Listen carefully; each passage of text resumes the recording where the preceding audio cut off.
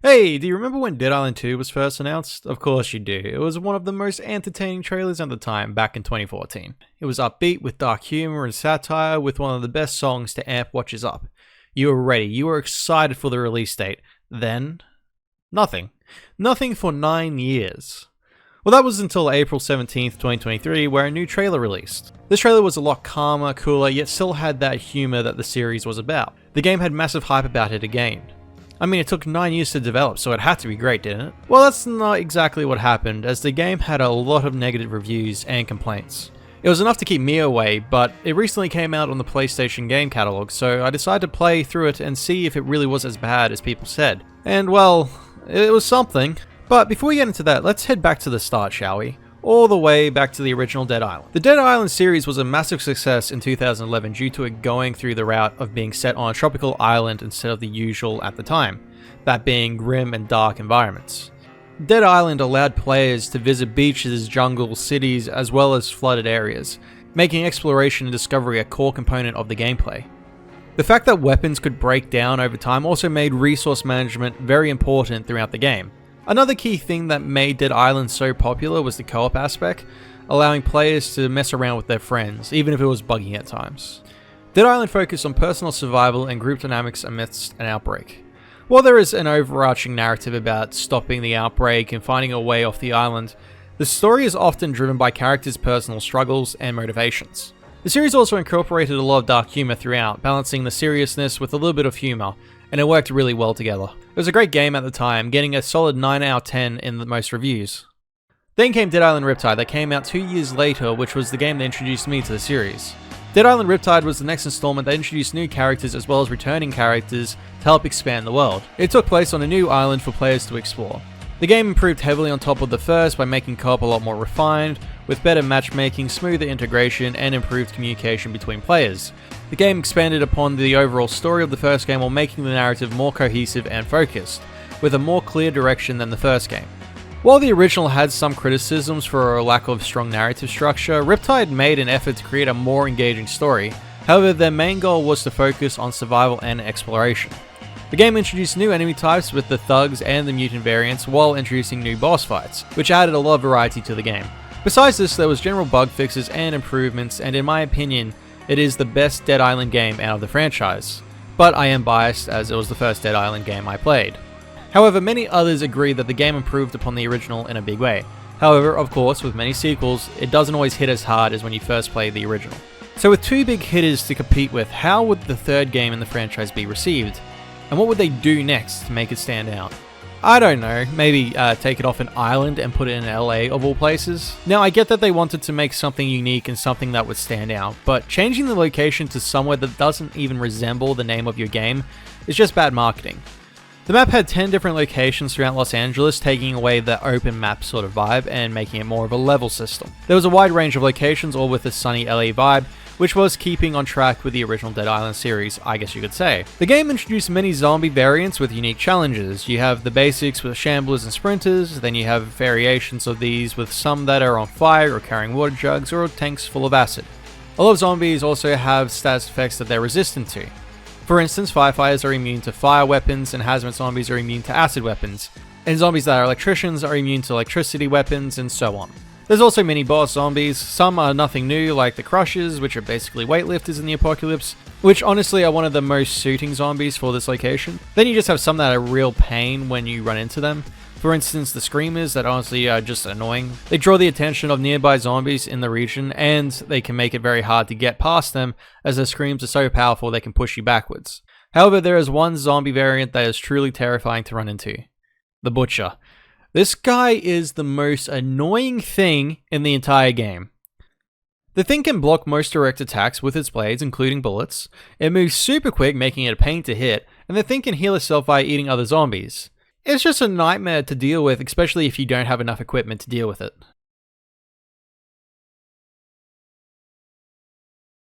The story of Dead Island 2 is a basic zombie survival story. You can pick a character from 6 potential slayers as they are known. These include Ryan, an exotic dancer whose goal is to get out of LA and find his little brother. He is one of the heavy slayers and is considered one of the strongest characters. The other heavy slayer is Carla, who was a motorcycle stunt rider. She seeks adrenaline and knows the city of LA like the back of her hand. Amy is considered one of the lightweight classes. She is a Paralympian who has a love for running. This has made her massively agile and perfect for sneaking around and stealthily taking out zombies from a distance. It's also very cool to actually have a disabled person surviving and thriving in this environment, as a side note anyways. The other lightweight slayer is Bruno, who used to enjoy pulling off heists on big time scammers and spammers. He deals significant damage, but his overall health is horrible. Then we have the average builds. There's Danny, who has quite a foul mouth and twisted sense of humor. She was a roller derby racer before everything went down. She has a great stamina, but if she gets hit, she's going to take some time to feel better. Then finally we have the most prominent character, as he's the one on the main cover. We have Jacob. Jacob is another average slayer who isn't afraid of mixing up his life, as he went from a stockbroker to a Hollywood stuntman. He has very high health stats, but his resilience isn't the greatest. So those are our 6 options. I decided that I was going to go as Jacob, as he's the main character in the book, so I presumed he was probably the one that they put most of their thought into. Potentially, that is, anyways. The game starts with a plane crash, forcing the players to be stuck in LA, leaving the characters with the desire to escape the city. Once you get off the plane, you basically get left alone with some poor guy who's trapped because the celebrity and the manager you run into are too worried about themselves to help you. While defending the guy, you get bit, so then the player must work their way to the celebrity's house. After a little bit of exploring, you eventually arrive, and they proceed to greet you by putting a gun to your head. However, before they decide to shoot you, you collapse and you wake up handcuffed. After being interrogated, you're expected to clear out the area and fix the gates. After helping them secure the location, we get a shotgun shoved in our face, and it's Sammy B, the man in every Dead Island game. He's still immune and is very proud of that fact. When he learns that our protagonist is immune, he isn't too impressed. However, he warns us that going to the doctors and scientists won't end well, but our main character disagrees. So then Jacob sets off to find a ride out of the city. His first stop is an abandoned hotel that was meant to be a military safe spot, but like most safe spots in zombie media, it wasn't safe. There's also a bride who is very unhappy. However, while there, he finds some more information that can actually lead to him escaping. He learns the location of a scientist. So then he works his way all through LA until he gets to Ocean Ave. On the way to Ocean Ave, Jacob will make some friends, most notably a hermit who stays inside all day and watches movies in the sewers, and a mysterious woman who seems to have some control over the infected. She's also a real pain as she throws our protagonist off a bridge into the sewers. After all that, Jacob meets up with the scientist known as Dr. Reed, who is very excited to learn that Jacob is immune and agrees to get him out of the city. But first he needs to help Reed by getting special equipment that would take his blood sample. Along Jacob's journey, he would learn that he wasn't the first person who has worked with Dr. Reed. Jacob is suspect but decides to keep playing along. When he gets back, Dr. Reed isn't alone and is having a chat with that mysterious woman, but before long, we're getting rushed back out to find Reed's daughter who has disappeared. While out, Jacob decides to look more into the other patients Dr. Reed had, and well, the other patients didn't survive. And we also run into the mysterious woman again, who does some more mind control stuff to Jacob. After all that, Jacob is kind of having a little bit of an episode, and during this episode, Reed's daughter shows up, and while he's losing his mind, Jacob attacks her, so she thinks he's a zombie. She then made it back to Dr. Reed, and he abducts her, and then takes Jacob's helicopter out of the city, while also abandoning all of the people from his settlement. He's gone to some research facility in Hollywood Boulevard. So, Jacob, obviously annoyed, plans to hunt them down. But first, he decides to invite his friends, if you can call them that. He gets back to the celebrity's house, where he finds that the maid and her family have decided to stay, potentially to get nuked, because the rest of the country is okay, as it's hinted at. Which, by the way, happened in the past, and I mean, Sammy B probably should have some knowledge about this, and he could have warned the maid and her family, but instead he just decided to go ahead and leave them there. Anyways, Jacob heads to the sewers to meet up with Sam and Emma, aka the celebrity, in the sewers, where they meet up with the hermit who agrees to fly them out of the area if they can track down the helicopter. Jacob and the rest would fight their way through the sewers, making it to Hollywood Boulevard. They come out in the train station, slowly making it to the helicopter pad. Once there, the hermit gives an unearned emotional speech about being the hero and defeating the bad guy, aka Reed. While giving the speech, Sammy B collapses, seems like his immunity is wearing off, and the infection is destroying him. So, Jacob decides to go after Reed and get his blood back. He then goes to find the secret lab in Hollywood Boulevard that's in some skin rejuvenation center. He would then work his way through, finding the secret lab, where he would eventually find Reed in a cube, slowly turning as his daughter proceeds to stab Jacob in the hand. After some talking, Reed explains everyone is infected and he needs to create a cure, and he did to help the world. He also mentions making his daughter a part of the cure. He then gives Jacob the cure and then turns, which leads into a fight. After the battle, Jacob heads back to the helicopter where he meets up with Sammy B, who isn't doing too well, which he's a little bit upset by. With the cure that Jacob got, he gives it to Sammy B to save his life, as it's apparently a one-time cure. After this, Jacob makes the decision to stay back and look for Reed's daughter. Then we get one final look of the woman who has a habit of popping up, and don't get much more context on that. Show Jacob swinging Sammy B's hammer, and roll the credits. So, is the story good? In my opinion, it's horrible. See, in most stories, the goal is to make players feel something or to give them an objective to complete. For instance, Fallout 4, your objective is to find your child, which you do, just not in the way that you think. However, along this journey, you impact the world around you. I mean, even in Super Mario Bros., which has been around for a very long time and was very simple in the beginning, your objective was to save the princess, and you have a goal and you achieve that. Now, don't get me wrong, there are games that when you reach the end, things don't turn out the way you thought or expected. I mean, Spec Ops: The Line is a perfect example of you trying to reach your goal, but by the end, everything you tried to achieve was for nothing. But it is impactful, you feel something. However, Dead Island 2's story leaves you feeling incomplete and just really annoyed. Now keep in mind, I'm just talking about the base game here, no DLC, just the main story. So your character's goal is to survive and escape the city. However, at the end, he decides to stay, giving the cure to Sammy B as he isn't doing too well. Which is okay, however, it really just leaves a lot of unanswered things. For instance, when you meet the mysterious woman, which I found out was named Lola, she basically attacks our character, throwing us off a bridge. She makes it clear that she has some connections to the virus and she has 2 people working for her. They are all immune. I mean, it's pretty clear and it's hinted at quite a lot that she's the big bad guy here. After they throw you off the bridge, the next time you see her is in Dr. Reed's office. They obviously know each other, but you don't get much of a say in the matter, and then she is just gone. We then meet her again when she attacks us and tells us that we will choose to stay and whatever else. It also seems like she speeds up the infection within our character's body, at this point anyways. This is all hints that she must be up to something, maybe the big bad of the final act. However, instead, we end up fighting Reed in a secret lab after he mutates. And sure, I'm okay with this decision, but what about the mysterious woman? Well, she finally appears, but doesn't interact with us. Instead, she decides not to shoot us because our character decided to say, that's it. That's all we get. That is how the base game ends. We get no further information about this mysterious woman. I get wanting to get players wanting more, but this just kind of made me feel annoyed and empty. There's another big plot point that never really gets touched on, and it's the massive mass of zombie flesh in the sewers under the entire city pretty much. This is from the military using acid on zombies to melt them down and throwing them down the sewers. This fleshy mass is alive and does move. It's hinted at that this thing is growing and has the potential of taking out the city. It's a mystery growing throughout the city. So what is it? How is it dealt with? Well, it never gets touched on once you go past it. You know this thing is here and you expect it to have an impact on the story, but you never really see it again. You don't honestly make much of a change of the world and the environment. Now, these things might have been hinting at the DLC that I know nothing about, but I mean, this is the base game. It's okay to hint at things like this, but you can't make an entire game hinting at what a DLC might dive into. The base game should wrap up a very neat and clean story. Sure, leave some mysteries in there to be explored with DLCs, but at least make your main story flow and wrap up and have a nice ending. Give players some form of accomplishment instead of making them think they only paid for half a game. See, in Dead Island 2, you are given all these hints of a mystery, but none of them really ever get answered. You have a goal, yet you don't achieve it, and I mean, you spend very little amount of time with the other characters in LA. I mean, for instance, the biggest characters you interact with is Emma, and I couldn't care for her.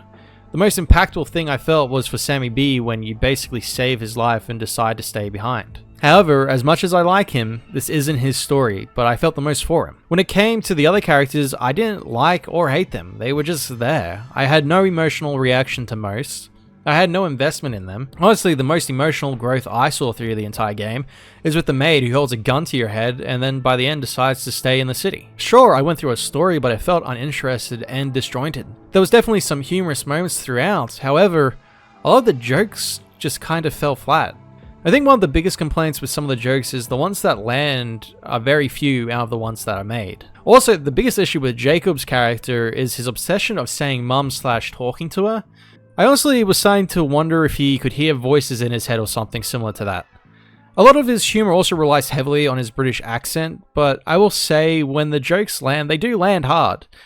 I did chuckle at some of the jokes, so it's not all bad, it's just the consistency really wasn't there. Okay, let's talk a little bit about the gameplay mechanics in Dead Island 2. First off, weapons. There is a wide variety of weapons that players can pick up to use.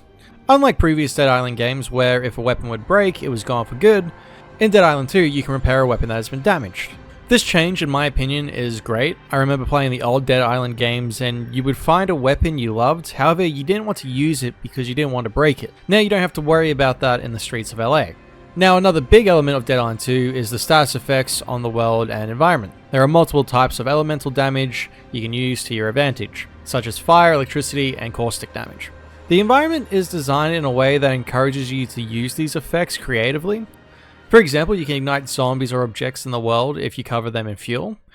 Or you can also use water to increase the surface area of anywhere that you want to use electricity. However, a big problem with these status effects is the fact that if you have a katana and put a fire mod on it, if you hit a zombie with a firefighter uniform on, it won't cause any damage at all, no matter what you hit them with. No damage at all. Okay, so I would understand not causing fire damage, but I mean, if I had a katana and stuck a blowtorch to it and hit a bag of meat with it, it will still cause some damage, no? Maybe it wouldn't slice, but it would definitely bludgeon. It would cause damage. However, I think the most outrageous example of this is with zombies wearing hazmat suits. If you have a fire axe and you put an acid mod on it, it will do no damage to that zombie. A hazmat suit should not and cannot stop an axe. I don't care what you say, an axe would go through a hazmat suit if you swing it hard enough. This kind of just made modding your weapon redundant. Instead of putting mods with like electricity or fire, I went to more bludgeoning and ones that didn't have status effects that could be stopped by certain outfits. I know the point of this is to make you switch between multiple weapons so you fight more strategically, but in reality all it just made me do was put all my effort into getting mods that would sharpen blades or make them hit harder, that couldn't be blocked by the status effects. It would have been a much smarter move to just make these zombies more resistant, not immune to all damage. Another big change was that the game went for 3-player co-op instead of 4, which to me was not that big of a deal as I played by myself most of the time. However, it is a little disappointing that the game went from 4 to 3.